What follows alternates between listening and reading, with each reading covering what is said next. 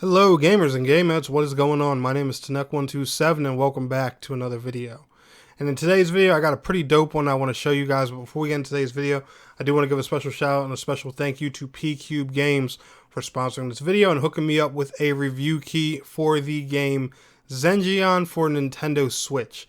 Now, you guys should remember Zengeon, especially if you've been around here on the channel for a while. I actually made a couple videos on this game last year when it first launched on PC, because it was supposed to launch on console later in 2020. But as you guys know, our good pal, the pandemic, happened and made things complicated for a lot of game developers out there, including P-Cube. So which is why we're not seeing the any console version of Zengeon until just now.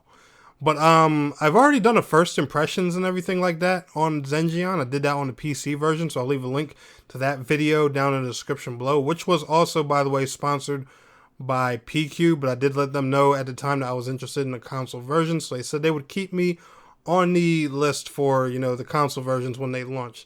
Now, Zengeon right now is exclusive to PC and Nintendo Switch, but it's supposed to launch on PlayStation 4 and Xbox One later on. Now, the plan for that last year was later in the year after the Switch version launched, so I would assume the plan is still the same for this year, but we don't have any concrete information or releases for the PlayStation 4 and Xbox One versions. But if you guys are new here to the channel, make sure you're subscribed and have those notifications on, and I'll be sure to let you guys know when these versions launch. So I'm just going to take this time with this video, give you guys a recap about Zengeon and let y'all know how I'm feeling about the game. So first and foremost, what is Zengeon? The best way I can describe it to anybody, and this is how I like to put it, if I've had to take two games and blend them together, take Blizzard's Diablo and take Closers, which was published by ANIME, but unfortunately they're not around anymore. Take Diablo and Closers, mix them together, and build a roguelite ARPG out of both of those games. Now, when it comes to Zengeon, I think that's my biggest gripe with the game, is the fact that it's a roguelite. Me personally, I like my action RPGs, to have constant ongoing endgame like progression. I'm not a whole fan of the starting over kind of thing. So if you're not crazy about roguelites, this might not be the game for you. However, the game does give you incentive to keep playing it and keep grinding it. For example, there are 5 different characters, aka classes, in the game. Each character is a different class. You start off with 2 classes, one's being a male character that's a swordsman that you see me playing here, and the other one is a female character that's like an ice mage that you also see my girlfriend playing in the background here on the gameplay as well. These are the 2 characters that you get to start with. There are 3 more other characters that you can unlock strictly through gameplay. There's no microtransactions or anything in this game. This is a retail game.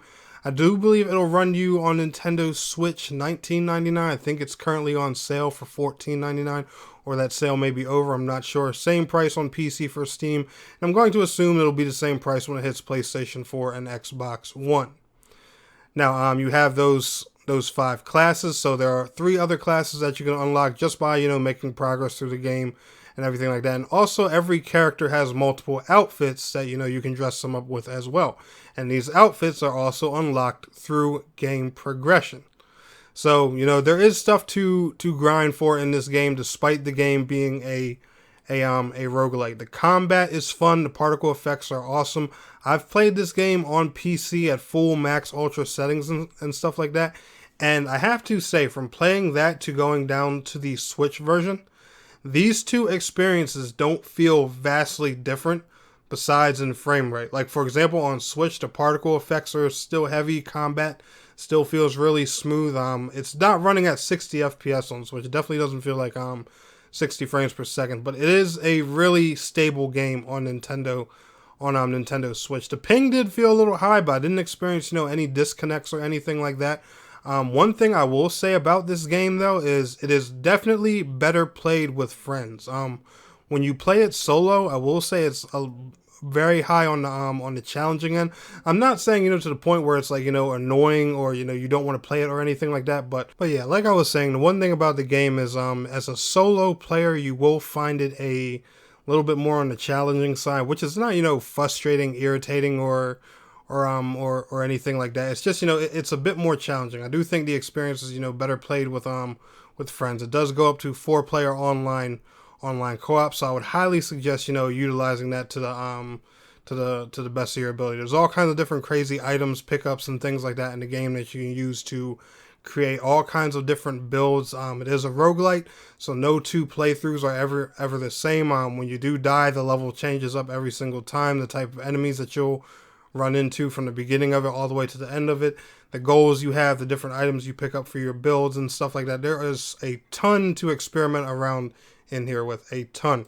And I will say that that's one thing about this game that kind of drives me just a little bit crazy, because, you know, all this stuff that you have in here, you know, that you can do different builds with and things like that. I just say to myself, imagine how in-depth this game could have been if, you know, if it was like a permanent progression kind of game and not a roguelite style game. But anyway, guys, Zengeon is a lot of fun, especially if you know you're looking for a good multiplayer anime action RPG. I would definitely recommend for you guys to pick it up and check it out. Let me know how you're feeling, if you enjoyed the gameplay that you guys saw on the screen, and if you plan on checking out Zengeon, there'll be a link to it where you can get it straight from the Nintendo eShop or Steam down in the description below. But anyway, guys, y'all enjoyed today's video, smash that like button. I will see y'all in the next one. Peace out. Have a good one.